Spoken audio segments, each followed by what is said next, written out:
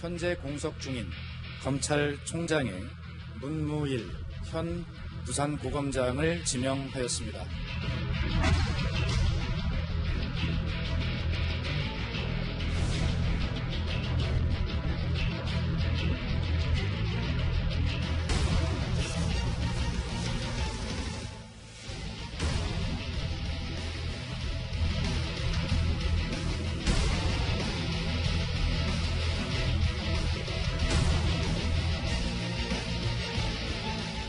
우리 시대 정신이 바라는 것을 성찰하고 또 성찰해서 국민을 위하여 좋은 결과가 나올 때까지 노력하겠습니다.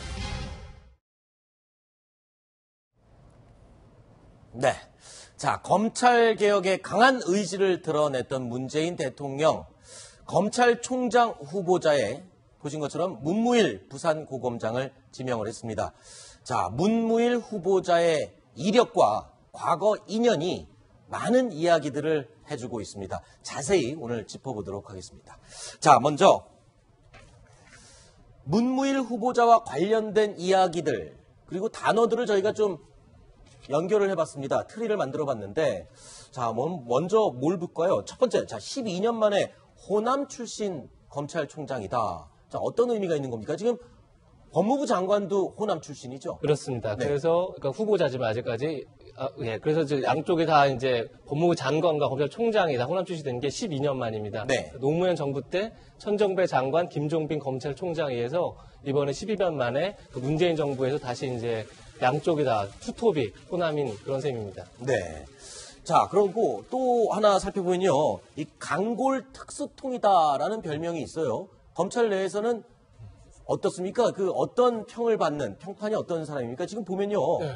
검찰 내부에 문무일을 따르는 검사는 많지 않다. 그리고 또 형님 리더십은 아니다. 이런 평가도 있는데 어떤 말입니까? 이거? 그러니까 뭐 이재화 변호사 네. 얘기죠. 이재화 변호사 보면 이제 통진당 그때 이제 통진당을 변호하셨던 이제 유명한 분인데 대학 동문이라고 해요. 문무일 후보자하고 형님 리더십은 아니니까 따르는 사람 많지 않는데 대신 선후배 청탁은 통하지 않는 사람. 아하. 그러니까 어떤 면에서 보면은 이재화 변호사 저 얘기는 양립할 수가 없는 두 가지인 거잖아요. 그러니까 형님 리더십을 가지고 있는 사람들 그래 뭐 형 좋고 아우 좋고 하다가 보면 청탁이 좀 노출될 수밖에 없는 것이고. 네. 대신 청탁과 선을 딱 끊고 원리 형식만 지키게 되면 아무래도 좀 이렇게 뭐 형님 동생 하면서 두루두루 지내는 건 좀 소원할 수밖에 없지 않겠습니까? 네. 두 개를 다 가지는 것은 사실 현실적으로 쉽지 않죠. 네. 그러니까 저 이재화 변호사 저 얘기는 저 문무일 후보자의 단점보다는 저는 장점을 부각시키는 그런 말이라고 아하. 봐요. 네. 형님 리더십은 좀 없었겠지만 이 청탁 같은 것을 안 먹게 된 사람이기 때문에 검찰의 독립, 정치적 중립을 지키기 위해는 굉장히 좋은 사람이다라는 저는 긍정적 평가로 보고 있고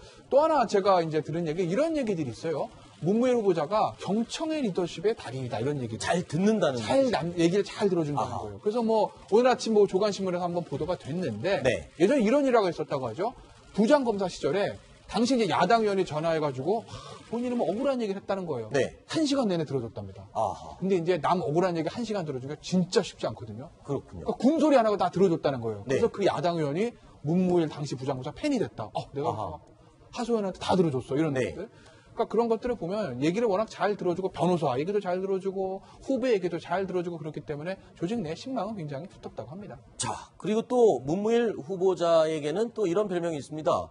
검찰 수사의 교과서다라고 하는데 그 이제 첫 번째 사건으로 유명한 게 지존파 사건을 꼽거든요. 자, 지존파 사건 어떤 사건이고 어떻게 수사를 했기 때문에 이렇게 교과서다라는 별명을 얻게 됐나요? 지존파 사건은 이제 7명의 조직폭력배가 5명을 아주 잔인한 방법으로 살해해가지고 그 당시에 뭐 사회적으로 엄청난 파장이 일었던 사건이죠. 네. 문무일 지금 후보와 관련해서는 94년도에 남원에서 이제 한 카페 여종업원일 이 지존파가 살해를 해서 교통사고로 위장해서 시체를 유기를 한 겁니다. 네. 그런데 이제 경찰은 단순한 교통사고로 이걸 봤는데 그 당시 남원지청에 근무하던 문무일 검사가 이건 뭔가 좀 이상하다. 그래서 그것을 하나하나 꼼꼼하게 재수사를 이렇게 한 거죠.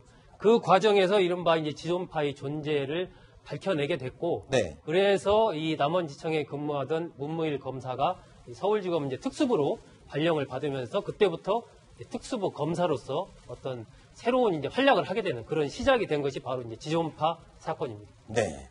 자, 그 이외에도요, 유명한 사건들을 다 맡았었습니다. 신정아 게이트, 그리고 또 성완종 리스트, 땅콩 회항 사건. 어떤 게 가장 기억에 남으십니까? 이 문무일 후보자가 맡았던. 전 개인적으로 가장 최근에 했던 성완종 리스트인 것 같습니다. 이제 2015년도에 대통령가 워낙 큰 사건이었고 성완종 전 회장이 메모지에다가 이름을 남기고 사실은 이제 어떻게 보면 가장 결정적인, 그러니까 본인이 숨진 상황에서 수사가 굉장히 어려웠었죠. 네. 그 상황에서 이제 지금의 한국당의 대표가 된 홍준표 당시 경남도지사를 뇌물수수 혐의로 기소를 했죠. 네. 가장 큰 사건 중에 하나가 아니었나 싶습니다. 네. 근데 사실 문무일 후보자의 어떤 특징을 알 수 있는 사건은 저기 나오는 사건보다 저는 다른 거를 좀 꼽고 싶은데. 어떤 사건이죠? 효성 비자금 수사한 적이 있어요. 아하. 근데 효성 비자금 수사한 게 왜 이제 제가 그 얘기를 드리냐면 2008년입니다. 네. 잘 아시겠지만 효성 조성래 회장의 동생이 한국타이어 조양래 회장은 이명박 전 대통령 사돈입니다. 네. 2008년에 언제죠? 이명박 대통령 집권 초기입니다. 네. 힘이 가장 좋을 때입니다. 그때 사돈 기업의 비자금을 수사했습니다. 아하. 그러니까 처음에는 그걸 하려고 그런 게 아니라 비자금 이제 관리하는 그 관계자를 수사하다가 좀 수사가 번진 건데 그 관계자를 긴급 체포해서 구속시키거든요. 네. 그러니까 사실은 어떻게 보면 정권에 좀 찍힌 측면들이 있는 거죠. 네. 그러니까 정권의 힘이 가장 좋을 때 정권과 연이 있을 수도 있는 사람을 수사를 했다. 네. 그래서 그것 때문에 아마 이명박 정부 내내 아주 박해받은 건 아닌데 네. 그래서 좋은 보직은 가지 못했다고 하죠. 네. 그러니까 그런 걸 봤을 때 문무일 후보자가 조금 강단 있고 정권과 척을 질 수 있는 수사도 할 수 있는 사람이다. 이런 평가가 가능할 것 같아요. 네. 자, 문무일 검찰총장 후보자와 유명한 사람들의 인연과 악연을 저희가 몇 가지 대표적으로 모아봤습니다. 자, 보니까요. 조금 전에 말씀하셨죠. 성완종 리스트는 홍준표 당시 경남도지사를 기소했던 그렇죠. 그 악연이 있고요. 그리고 또 윤석열 서울지검장관은 함께 신정아 사건을 수사를 했던 그런 또 인연이 있군요. 그리고 또 이재명 성남시장과 연수원 동기동창이라고 하네요. 그리고 굉장히 좀 끈끈하고 친한 사이였나 보죠? 이재명 성남시장이 본인의 트위터에 그 글을 남겼었죠. 네. 그러니까 자기의 어쨌든 동기가, 연수원 동기가 검찰총장이 되면서 검찰 개혁에 굉장히 큰 지금 나오는 군사정권의 판검사로 임명받지 말자고 다짐했지만 네. 형은 검사가 됐다. 난 실망스러운 마음이 없지 않았다. 이렇게 얘기하면서도 네. 예, 그러면서 이제 검찰 개혁을 누구보다도 잘할 것이라고 굉장히 기대를 걸었습니다. 이재명 성남시장도. 네. 이재명 시장은 또 어쨌든 문무일 후보자가 2차 사법파동에서의 주역이었다. 네. 또 이런 얘기도 이제 공개를 했죠. 그게 1988년에 있었던 일인데 네. 노태우 대법원장. 그렇습니다. 당시 예. 이제 김용철 대법원장이죠. 김용철 대법원장을 임명을 하니까 그 당시 판사들이 있을 수 없는 일이다. 이거 네. 50 정권에서 했던 사람을 왜 또 재임용을 하느냐. 네. 그래서 이제 판사들 한 300명 정도가 막 이제 서명을 하면서 대법원장 물러가라.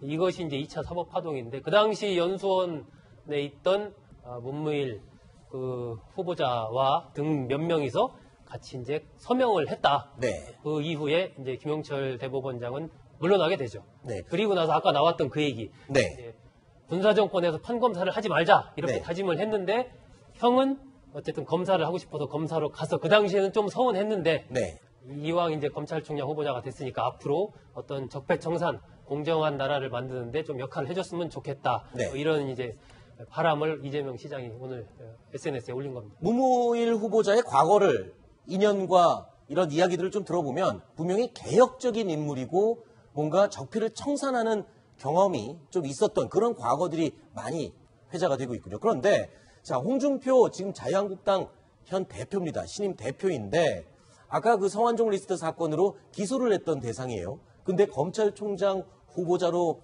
다시 나섰고 요번에 새 당 대표가 됐고 근데 이 두 사람의 인연도 또 굉장히 복잡하게 얽혀 있군요. 고대 또 선후배네요. 그렇죠. 같은 대학의 9년 후배니까 네. 굉장히 끈끈하고 연수원에서는 사기수 후배인데 이제 홍준표 대표가 좀 늦게 사법고시가 됐기 때문에 그렇지만 어쨌든 굉장히 끈끈한 인연이어야 되는데 악연이 많았죠. 네. 특히나 이번에 홍준표 대표가 대선 출마하면서 거의 첫 일성으로 이런 얘기를 합니다. 요즘 검찰은 김수영의 시 풀을 인용해서 바람이 불지 않아 눕는다. 아하. 그런 얘기를 하죠. 이제 그건 네. 자기가 굉장히 억울하게, 그러니까 자기를 타겟으로 수사를 했고, 네. 그 이제 당사자가 바로 지금 문무일 이제 후보자니까, 문무일 후보자가 곧 인사청문회를 해야 되는데 상당히 쉽지 않은 네. 상황이 아닐까 이런 생각도 듭니다. 자, 문무일 후보자의 대표적인 수사 사건 가운데 이 성완종 리스트 같은 경우는요, 수사 결과에 대해서 평가가 조금 엇갈리는 부분이 있습니다. 자, 어떤 내용인지 한번 먼저 들어보시고 이야기 이어가겠습니다. 성완종 리스트 좀 봐주기 수사였다는 지적이 있는데 어떻게 생각하세요? 그때 그 수사는 정말 최선을 다한 겁니다. 좌우면한 게 전혀 없습니다. 정말 사람으로 설 수 있는 일을 다 했습니다. 공수처 설치나 검경수사권 조정에 대해서 무엇보다 부패한 공직자는 국가와 국민의 적이자 그 사람이 속했던 조직의 적이기도 합니다. 국민의 여망을 잘 이해하고 있습니다. 자, 문무일 후보자의 이 주변 이야기를 살펴보면 지금 논쟁의 여지가 남아있는 부분이 이 성완종 리스트 수사 결과인 것 같습니다. 자, 이 부분을 두고 청문회에서도 논쟁이 좀 벌어질 것 같아요. 근데 성완종 수사에 대해서 잘했다 못했다 저거를 뭐 폄하하는 건 저는 무리가 있다고 봐요. 왜냐하면 네. 당시에 성완종 씨 죽었죠. 네. 쪽지 하나 달랑 있습니다. 네. 그걸 가지고 어떻게 수사합니까? 그러니까 진짜 문무일 후보자 말대로 정말 할 수 있는 거 다 했을 거예요. 네. 근데 이제 물론 지금 자유한국당 쪽에서는 당시 이제 당대표, 당시 이제 총리, 지금 이제 당대표가 연루가 됐으니까 당신 말이야 무리한 수사한 거 아니야? 결국 2심 다 무죄 나왔잖아. 이렇게 밀어붙일 거고. 네. 그리고 여당 쪽에서는 아니 김기춘 실장이랑 친박 핵심도 왜 못 잡았어? 뭐 이렇게 얘기할 거고. 네. 문무일 후보자가 어떻게 보면 양쪽에서 다 공격을 받을 수도 있는데 그러지 말고 이건 좀 관대하게 봐줬으면 해요. 저는 네. 당시에 상황을 봤을 때 문무일 후보자가 최선을 다해서 저는 수사를 했다고 봅니다. 네. 이게 당시에 보면 이제 양쪽에서 좀 공격을 받을 소지가 조금 있어요. 네. 그러니까 성완종 리스트에 거론된 사람이 8명인데, 네. 뭐 홍문종 의원이라든지 이병기 실장이라든지 이른바 친박계 인사들 6명은 그냥 무혐의 처분이 되고, 네. 홍준표 경남지사, 당시 경남지사와 이완구 전 국무총리 2명만 이제 불구속 기소가 됐단 말이에요. 네. 그 당시에 이제 홍준표 대표도 그런 부분에 대해서 이건 좀 편파적이다. 네. 이른바 그럼 비박계를 겨냥한 수사 아니냐, 뭐 이런 얘기를 했었고, 거기다가 또 2심에서 이제 무죄를 받았으니까 그런 부분에 대한 부실 수사 의혹, 뭐 이런 것을 제기를 할 것으로 예상이 되고, 반면 이제 민주당 쪽에서는 그 당시에 이게 사건화가 되면서 성완종 씨가 그 사면받은 데 의혹이 있다. 네. 이래가지고 수사 중간 넘어가면서는 이른바 참여정부 인사들에 대한 수사도 이루어졌거든요. 네. 그 당시 문재인 대통령 같은 경우는 이게 치욕적인 수사다. 특별검사를 임명해서 재수사해야 된다. 이렇게 또 비판을 했기 때문에 이번에 청문회에서 어떤 시기든 아마 그 부분에 대해서 여야 의원들로부터 좀 여러 가지 매서운 질문이 나올 것으로 예상이 됩니다. 알겠습니다.